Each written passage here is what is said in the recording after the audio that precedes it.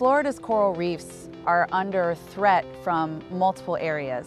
They are facing threats associated with climate change, land-based sources of pollution, coastal construction, and of course,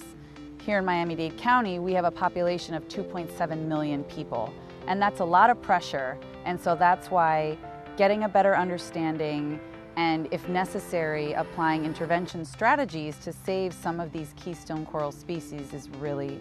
extremely important.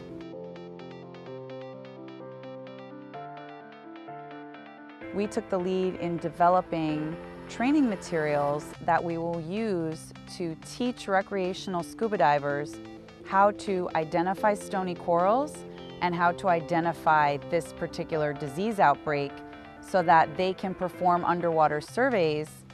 that will not only help us determine how far the disease outbreak has moved, but also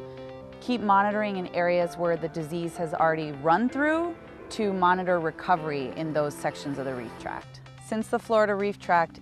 covers such a great extent of the coastline, it's impossible to have enough eyes on the water at any given time. And so the idea behind this citizen science scuba diving monitoring is to increase the understanding of where the disease is traveling, whether if it keeps progressing beyond the lower Keys to Key West or further, as well as how the corals that have survived the disease event, what status and what shape that they're in.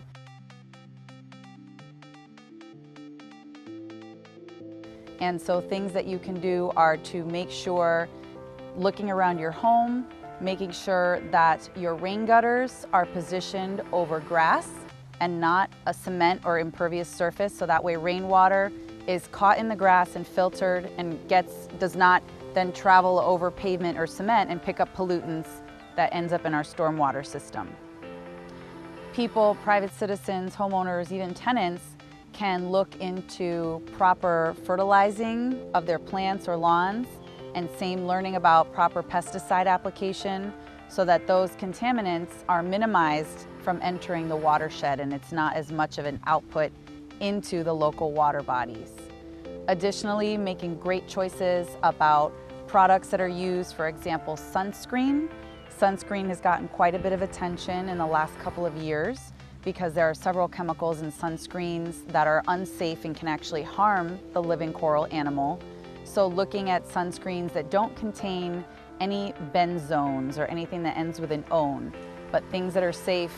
are things like zinc oxide or titanium. And becoming an informed consumer and learning to read the labels and looking for what's truly safe versus not is also really important.